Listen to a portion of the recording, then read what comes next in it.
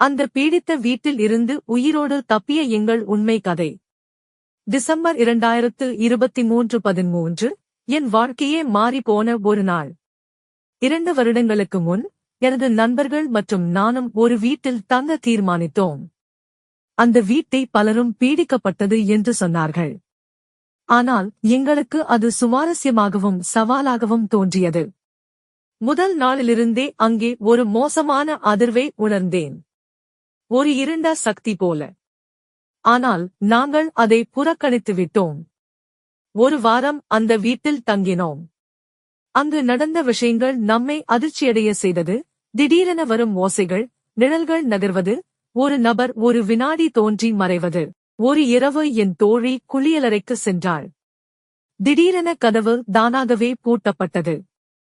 நாங்கள் திறக்க முடியவில்லை. சில நிமிடங்களுக்கு பிறகு கதவு தானாகவே திறந்தது. அவள் அழுது வெளியே வந்தாள். அப்போது நமக்கு உண்மையில் ஏதோ தவறாக நடக்கிறது என்பது தெளிவாகிவிட்டது. அதற்குப் பிறகு நாங்கள் அந்த வீட்டில் இரவு தங்கவில்லை. காரில் தூங்கினோம். வெறும் பகலில் மட்டும் வீட்டிற்குள் போனோம். பின்னர் நாங்கள் ஒரு பயணத்திற்கு போக முடிவு செய்தோம். அந்த வீட்டிலிருந்து விலகி சிறிது மனநிம்மதியாக இருக்க நினைத்தோம். சுமார் 400 கிலோமீட்டர் தொலைவில் உள்ள இடத்துக்கு 7 மணி அளவில் பயணத்தை தொடங்கினோம். 10:30 மணி அந்த நேரத்தில் எங்கள் காரை பார்த்தவுடனே தெரு நாய்கள் எல்லாம் பின்தொடர்ந்து கத்திக்கொண்டு ஓட ஆரம்பித்தன. நான் சிறிது நேரம் தூங்கினேன். கனவில் அந்த பீடிக்கப்பட்ட வீடு வந்தது. ஒரு நடுத்தர வயது ஆண் என் பேரை பெயரிட்டு அழுதார். பயத்தில் எழுந்தேன். நண்பர்களிடம் சொன்னேன். அவர்கள் சொன்னார், அவர்கள் நம்மை விட்டு போக மாட்டாங்க, நம்மை பின்தொடர்ந்து வராங்க. அந்த நேரம் நண்பர் ஒருவருக்கு திடீரென காய்ச்சல், வாந்தி ஆகியவை ஏற்பட்டன. நாங்கள் ஒரு அரசு மருத்துவமனைக்கு 4 மணி நேரத்தில் எப்படியோ சென்றோம். அவருக்கு சிகிச்சை அளிக்கப்பட்டது. சிறிது நிம்மதியாகினார். அதன்பின் ஒரு தர்காவுக்கு சென்றோம். அவர் தர்காவுக்குள் செல்ல மறுத்தார். ஆனாலும் நாங்கள் மன்றாடிய பின் உட்புகுந்தார். உள்ளே சென்றவுடனே அவர் திடீரென தாடியும் உடலும் நடுங்க ஆரம்பித்தது.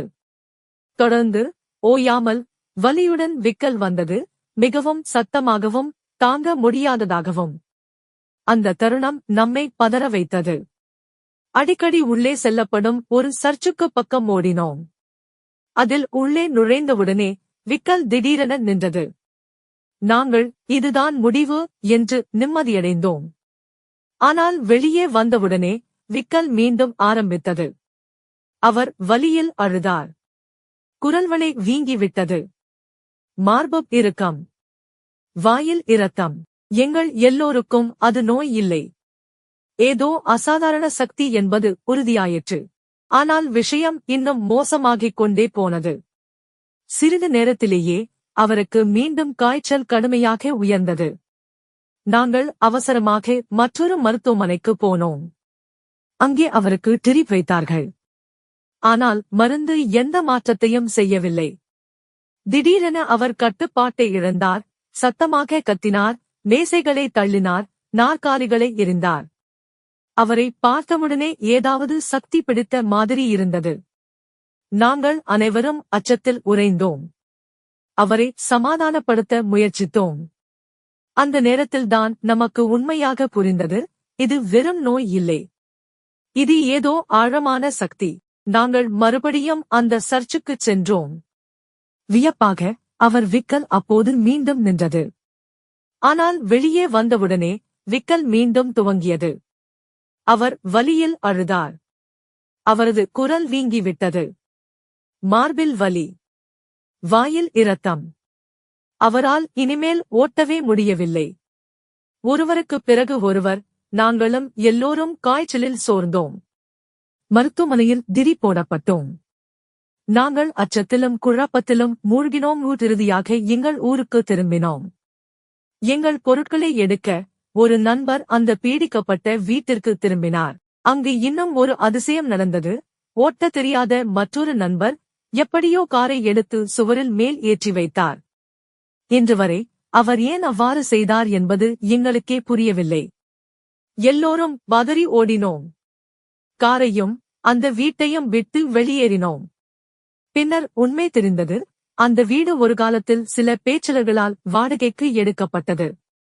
அந்த மக்களில் 3 தற்கொலை செய்து கொண்டதாக கூறப்பட்டது. ஏன் என்பதை யாருக்கும் தெரியவில்லை. ஆனால் அந்த வீட்டில் இன்னும் அவர்கள் ஆவிகள் சுற்றி வருகிறார்கள் என்று மக்கள் நம்புகிறார்கள்.